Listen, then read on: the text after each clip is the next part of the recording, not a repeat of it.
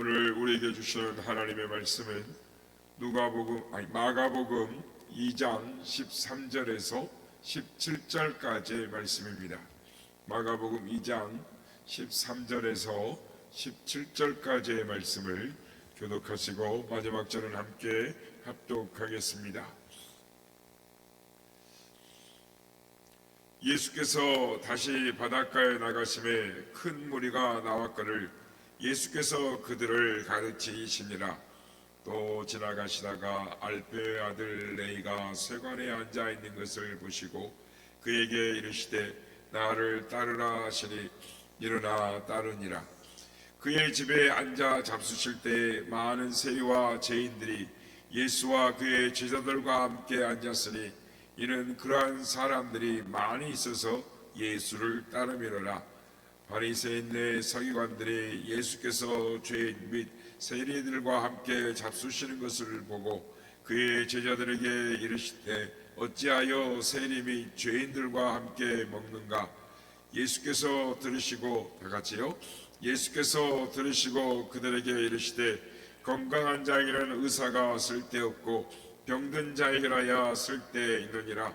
나는 의인을 부르러 온 것이 아니요 죄인을 부르러 왔노라 하시니라. 아멘. 할렐루야.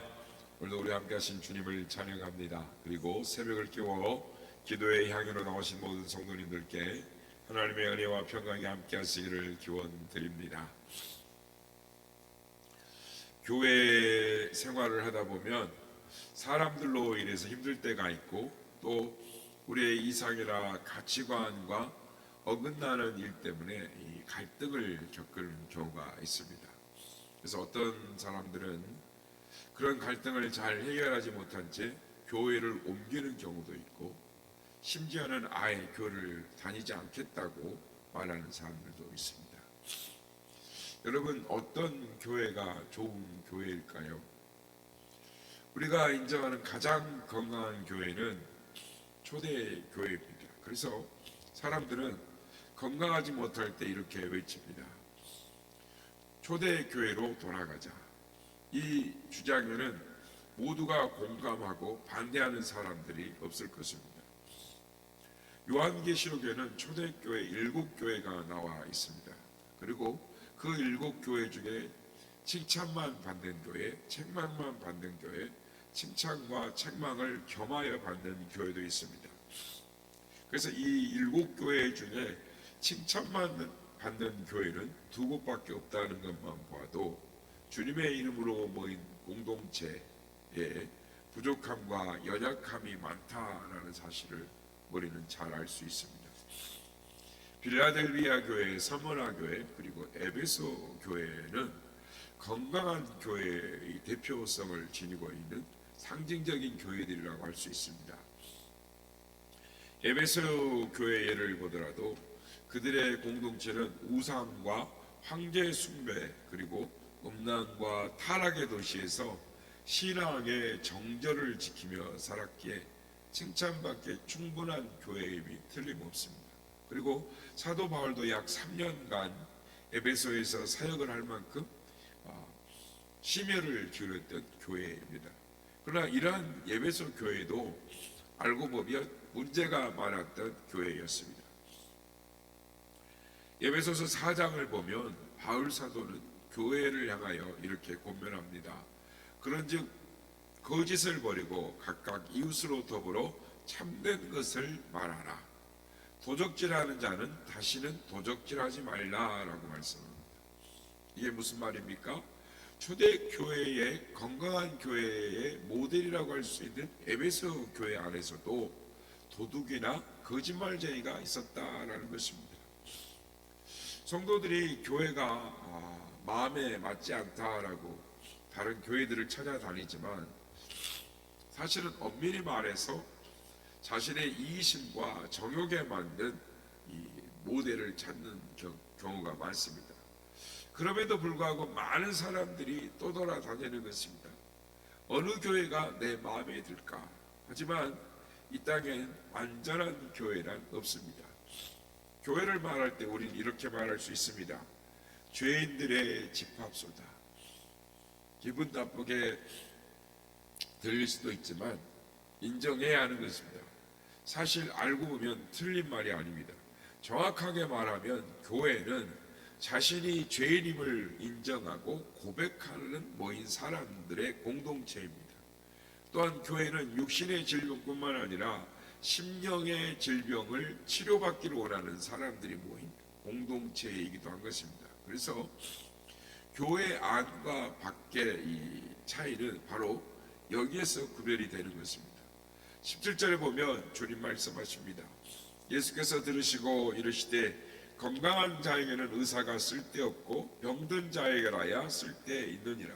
나는 의인을 부르러 온 것이 아니요 죄인을 부르러 왔노라 하시니라.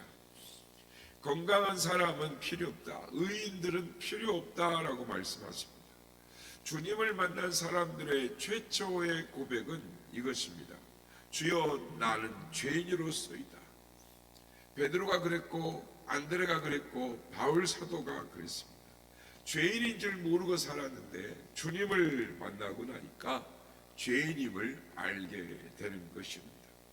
그러므로 예수님을 바로 만날 이들은 결코 교만하거나 큰 소리 칠 수가 없는 것입니다. 예수를 믿는다고 하면서 목에 기부스를 하고 다닌다면 그는 아직 자신의 위치를 잘 모르는 철없는 철부지일 것입니다.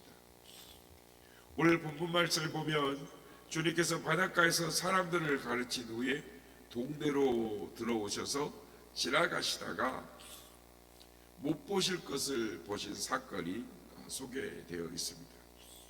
예수님 당시에 율법에 정통한 사람들은 보지 않아야 할 것들이 있었습니다. 그 중에 하나가 죄인들을 보아서는 안 된다라는 것입니다. 그 당시에 가장 큰 죄인은 참기와 세리들이었습니다. 혹 세관에 근무하시는 분이나 가족들이 있다면 오해할 수 있습니다. 그러나 이해하고 들으셔야 합니다. 이것은 2000년 당시의 상황을 말하는 것입니다. 그러니까 로마가 이스라엘을 지배하던 당시에는 모든 공무원들이 로마를 위해서 일하던 시기였기에 자기 민족들에게 미움을 받았습니다. 마치 일제시대 때에 공무원들이 미움을 받은 것 같은 상황이라 할 것입니다. 그러나 정작 미움의 원인은 다른 데 있었습니다. 세리들은 걷어야 될 세금보다 더 훨씬 많이 걷어서 로마 정부의 일부를 낸 뒤 자신들이 착복하기 일쑤였습니다. 당시 세금 제도를 말하자면 땅에 있는 사람들에게는 토지세를 걷습니다. 그리고 또 사람 머릿수대로 인두세를 걷습니다. 길을 막아놓고 길을 갈 때 통행세를 받습니다. 마차를 타고 지나가면 마차세를 받습니다. 그러니까 세금 아닌 게 없어요. 뭘 사면 다 세금입니다. 이러다 보니 이스라엘 사람들이 화가 나지 않겠습니까? 세리들을 보면 미워하지 않겠습니까? 그런 세리들을 죄인 중에 죄인이다 구별하고 상종하지 못할 인간들로 규정을 한 것입니다. 그런데 문제는 경건한 사람들은 절대 보지 말아야 할 그걸 주님이 만난 것입니다. 아니 찾아간 것이죠. 성경학자 바클레이는 이 상황을 이렇게 말합니다. 주님께서 세관에 앉아있는 레이를 보시고 그 안에 있는 위대한 전도자 마태를 보셨다라고 말합니다. 주님께서 세일이 레이를 보면서도 그 안에 감춘 놀라운 가능성을 보셨다라는 것입니다. 주님께서 우리를 보실 때도 그렇게 보실 줄로 믿습니다. 주님께서 레이를 보시면서 주님은 전도자 마태를 보신 것입니다. 이 마태란 이름은 아마 주님께서 레이에게 지어준 이름일 것입니다. 마태라는 뜻은 하나님의 선물이라는 뜻입니다. 주님은 그 안에 있는 전도자로서 또 하나님의 말씀을 기록할 마태의 미래를 보신 것입니다. 실제로 이 레이는 마태가 되어서 복음서 중에 우리가 성경책을 제일 먼저 첫 번째로 만나게 되는 마태복음을 기록했고 주님의 12 제자가 되어서 생명을 걸고 순교자로서 복음을 증거하다가 주님 앞에 부름을 받습니다. 사람들은 편견을 가지고 사람을 대합니다. 자신들만의 가치와 기준으로 사람을 평가합니다. 만약 주님께서 마태를 그 당시에 사람들이 보는 편견의 시각에서 보았다면 마태는 평생 세관원으로 그의 인생을 마쳤을 것입니다. 그러나 주님은 그 마태를 보시고 당신의 제자로서 수많은 영혼을 구원할 미래를 보신 것입니다. 그렇습니다. 우리 믿음의 사람들은 주님께서 내일을 보셨던 것처럼 그런 안목과 그런 미래지향적인 생각을 가지고 세상을 그리고 사람들을 바라볼 수 있어야 할 줄로 믿습니다.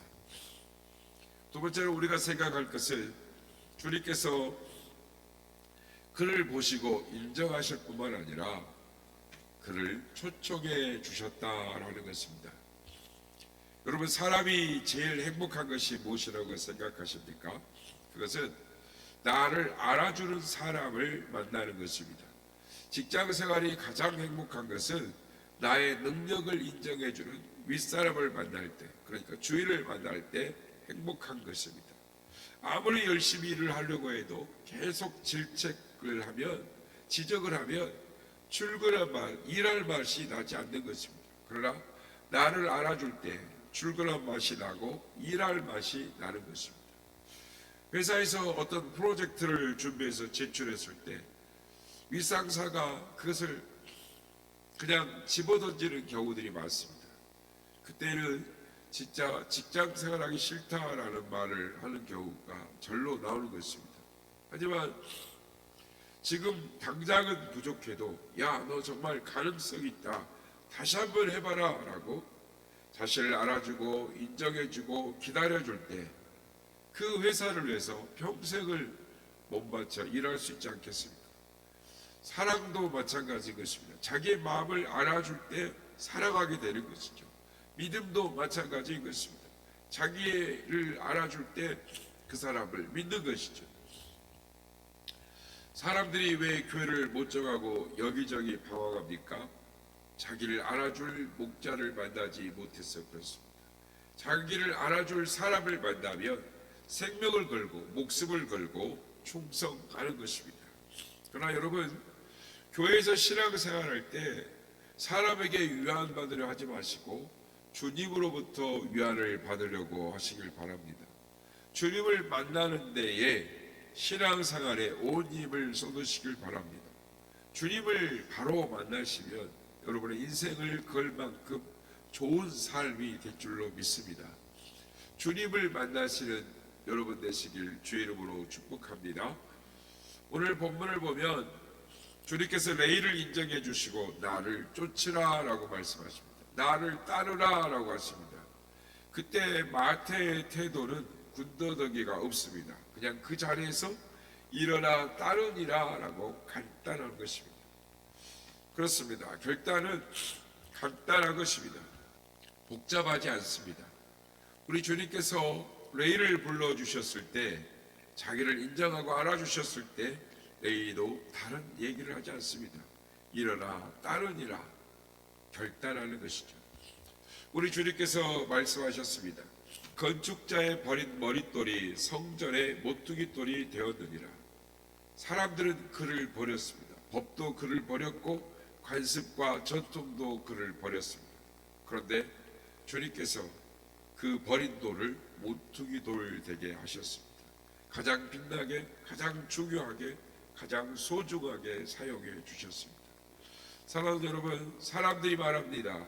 뿐만 아니라 제사장과 바리새인들이, 서기관들이 말합니다.